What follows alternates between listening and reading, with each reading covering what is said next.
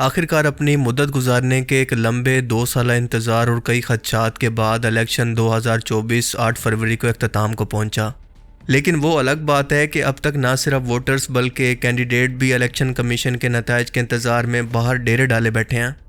2018 میں بننے والی اس حکومت نے اتنے اتار چڑھاؤ دیکھے، حکومتوں کی ردل بدل دیکھی، سیاستدانوں کے ضمیر بکتے دیکھے، ایسے واقعات، انہونیاں، ظلم و بربریت، قتل و غارت، ناانصافی، علماء سو کی خاموشی، ریاست کا اندھا قانون، بکاؤ میڈیا، قلم فروش صحافیوں، کرپٹ سیاستدانوں، اسٹیبلشمنٹ کی منمانیوں کے ساتھ یہ 7 سالوں کا طویل پولیٹیکل دور 70 سالوں جتنا لمبا محسوس ہوتا ہے۔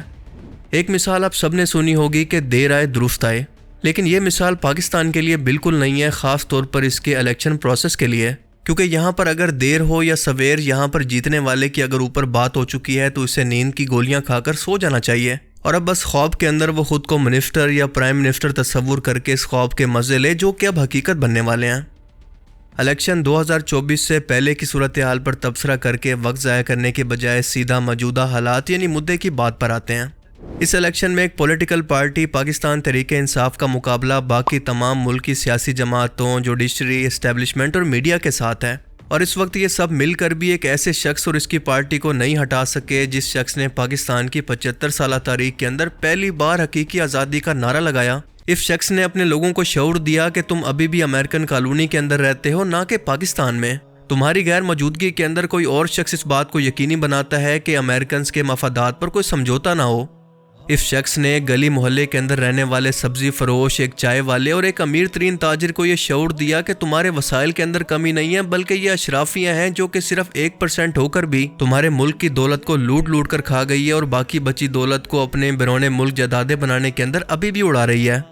وہ کہتا ہے کہ ایک امریکن شخص کی بھی جان اتنا ہی قیمتی ہے جتنا میرے لوگوں کی ہے، لہٰذا میں اپنے ملک پر کبھی بھی ڈرون حملے نہیں کرنے دوں گا۔ وہ کہتا ہے کہ طاقتور کو بھی اسی قانون کے نیچے لاؤں گا جس کے نیچے غریب کو گزرنا پڑتا ہے، اور وہ کہتا ہے کہ کوئی شخص بھی علاج سے محروم نہ ہو، کوئی شخص بھی بھوکا نہ سوئے، میری قوم کا کوئی بھی شخص کینسر سے نہ مرے، کوئی بھی تعلیم سے محروم نہ رہ جائے۔ وہ کہتا ہے کہ خوددار بنو، اگر اپنے کلچر کی عزت کرو گے تو ہی دنیا تمہاری اصل معنوں کے اندر عزت کرے گی۔ آزاد فیصلے کرو، اقبال کے شاہین بنو تاکہ دنیا تمہاری صحیح معنوں کے اندر عزت کرے۔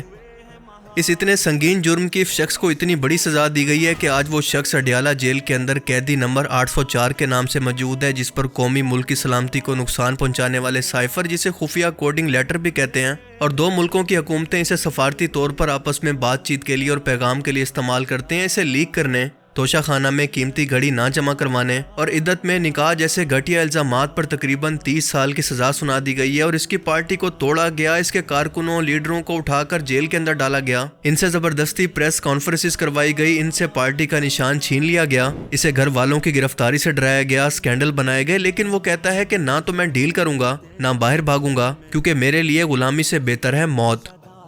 میرے قریبی سورس کے مطابق عمران خان نے خود جیل جانا اس لیے پسند کیا کیونکہ سیکرٹ انفارمیشن تھی کہ ان کی جان کو شدید خطرہ ہے، اگر وہ ان حالات کے اندر جیل نہ جاتے تو شاید ان کو کسی بھی وقت قتل کروا دیا جاتا، جیسے کچھ ہی عرصہ پہلے ان کو وزیر آباد کے اندر ایک شوٹر نے قتل کرنے کے لیے فائر کیے، لیکن وہ موجزانہ طور پر بچ گئے۔ یہ سب کچھ میں اپنی طرف سے نہیں کہہ رہا، بلکہ گراؤنڈ ریئلٹیز کی بات کر رہا ہوں جن سے آپ ڈینائی نہیں کر سکتے، کیونکہ یہ سب کچھ ریکارڈ پر موجود ہے۔ جبکہ اس کے اپوزٹ سائڈ پر ہم دیکھتے ہیں کہ ملک کو لوٹ کر باہر جائیدادیں بنانے والے آج ملک کے ہیرو بن کر واپس آ رہے ہیں، جن کی اولادیں باہر، جائیدادیں باہر، عیدیں باہر، بس وہ سیاست کرنے پاکستان کے اندر آتے ہیں۔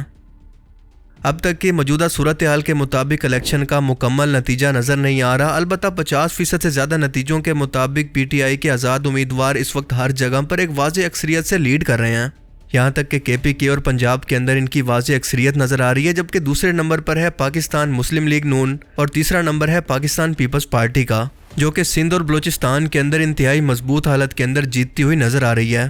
لیکن کل ملا کر اس وقت صورتحال یہ ہے کہ کوئی بھی پارٹی اس وقت واضح اکثریت نہیں لے سکی کہ ایک مضبوط حکومت بنا سکے، ایک ایسی حکومت جو کہ مانگے تانگے کے لوگوں کی بجائے یا باقی پولیٹیکل پارٹی سے علاج کیے بغیر اپنے فیصلے خود کر سکے۔ اور اگر ایک بار پھر سے یہ لولی لنگڑی حکومت بنا دی جاتی ہے تو اس کا پھر سے وہی حال ہوگا جو کہ پچھلے 75 سالوں سے ہوتا آ رہا ہے، یعنی اپنی مدت پوری نہیں کر سکتی۔ جو پولیٹیکل پارٹی بھی کسی دوسری پارٹی کے ساتھ الحاق کرتی ہے تو ظاہر ہے کہ اسے وزارتیں بھی دے گی اور مشاورت کے اندر بھی شامل کرے گی، اور اسے راضی کرنے کے چکر کے اندر کوئی ایسی قانون سازی نہیں کر سکتی جو کہ اس نے اپنے منشور یا الیکشن سے پہلے اپنے ووٹرز کو ڈیلیور کرنے کا وعدہ کیا تھا۔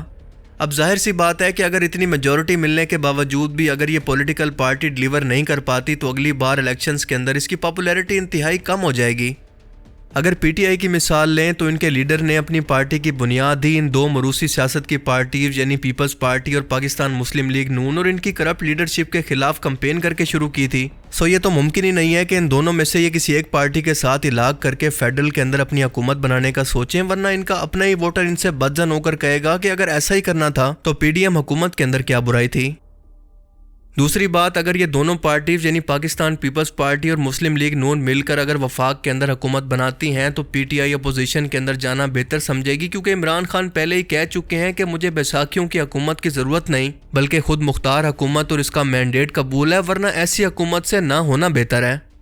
اب حکومت بنانے کے لیے ان دونوں پارٹیز نے مل کر پی ٹی آئی کے آزاد امیدواروں کے ضمیر کی منڈیاں بھی لگانی ہیں، اربوں روپے کے پیسوں کے بیگ پہنچانا باقی ہیں، جوڑ توڑ شروع ہوگی اور کئی نامی سیاستدان اپنے ضمیر کا سودا کر کے 5 سال کے لیے اتنا مال کما لیں گے کہ پوری عمر بیٹھ کر کھائیں۔ اگر اس طرح سے وفاق کے اندر ان دو پارٹیز کی حکومت بنتی ہے تو یہ انتہائی کمزور حکومت ہوگی، یہ عالمی اعتماد کو حاصل نہیں کر سکے گی، جس کا مطلب ہے کہ دنیا آپ کے ملک کے اندر پیسہ انویسٹ کرنے سے ڈرے گی، نئے کاروبار نہیں آئیں گے، نئی انڈسٹری نہیں لگے گی، آپ کے لوگوں کو روزگار نہیں ملے گا، سٹاک مارکیٹ کے اندر گراوٹ آئے گی، جس کا سیدھا سیدھا اثر عام انسان کی زندگی پر ہوگا، کیونکہ اس کی وجہ سے مہنگائی کا اس سے بھی بڑا طوفان آئے گا، بجلی مہنگی ہوگی، گیس مہنگی ہوگی، پیٹرول، کھانا پینا سب کچھ مزید مہنگا ہوگا۔ اور یقین کریں کہ اس مہنگائی نے عوام کی جو کمر توڑ رکھی ہے، اگر اس سے زیادہ مہنگائی ہوتی ہے اور عوام سڑکوں پر نکل آتی ہے تو حالات کسی کے کنٹرول میں نہیں رہیں گے۔ پولیٹیکل سٹیبلٹی کسی بھی ملک کی مضبوطی کی پہلی شرط ہوتی ہے، اور یہ صرف اور صرف آتی ہے صاف اور شفاف الیکشن سے۔ میرے تجزیے کے مطابق اگر موجودہ حالات کے اندر اگر یہ دو پارٹیز حکومت بناتی ہیں تو ایسی حکومت مشکل سے مشکل 6 مہینے نکال پائے گی، اور اگر اس کو لمبا کھینچ بھی لیا جائے تو میکسیمم 2 سے 2.5 سال، جو کہ ہمیشہ سے چلتا آ رہا ہے، یعنی ایک بار پھر سے وہی پولیٹیکل انسٹیبلٹی۔ عمران خان کے دور کے اندر الیکشن کے اس پروسیس کو ڈیجیٹلائز کر دیا گیا تھا، غیر ملکیوں کو جو کہ 1 کروڑ کے قریب ہیں ووٹ کا حق دیا گیا تھا، لیکن اس سب کو بدل دیا گیا۔ اور آج 2024 کے اندر صورتحال یہ ہے کہ ہم پچھلے 75 سال کے دور کے اندر جی رہے ہیں، کیونکہ ہر 5 سال کے بعد ہم سٹاف، سیکیورٹی، پرنٹنگ، تنخواہوں پر عوام کا اربوں روپے کا ٹیکس ضائع کرتے ہیں، جبکہ اس کی بجائے یورپ اور امریکہ کے اندر اور ایون کہ ہمارے ہمسایہ ملک بھارت کے اندر بھی صرف ایک شخص اپنا ڈیجیٹل مشین سے انگوٹھا لگا کر اپنا ووٹ کاسٹ کر کے گھر آ جاتا ہے، نہ کوئی شخص دھاندلی کا الزام لگاتا ہے اور نہ انصاف کے لیے عدالتوں کے چکر۔ ایک بار پھر سے دھاندلی کا شور ہے، ایک بار پھر سے نتائج بدلے جا رہے ہیں، راتوں رات سسٹم بٹھا دیا گیا ہے، کورٹ کے حکم کی خلاف ورزی کر کے بھی پورے دن نیٹ ورک کو اور انٹرنیٹ سروسز کو بند کر دیا گیا، اور لوگ پھر بھی پر امید ہیں کہ ان کے مینڈیٹ کو تسلیم کیا جا رہا ہے۔ کل ملا کر بات یہ ہے کہ ہم نے آج تک ایک ایسے کنویں کے اندر جو کہ پانی سے بھرا ہوا ہے لیکن اس کے اندر ایک کتا گر کر مر گیا ہے، جس کی وجہ سے کوئی بھی شخص پانی نہیں پی سکتا، اور یہ پورے کا پورا کنواں ناپاک ہو گیا ہے۔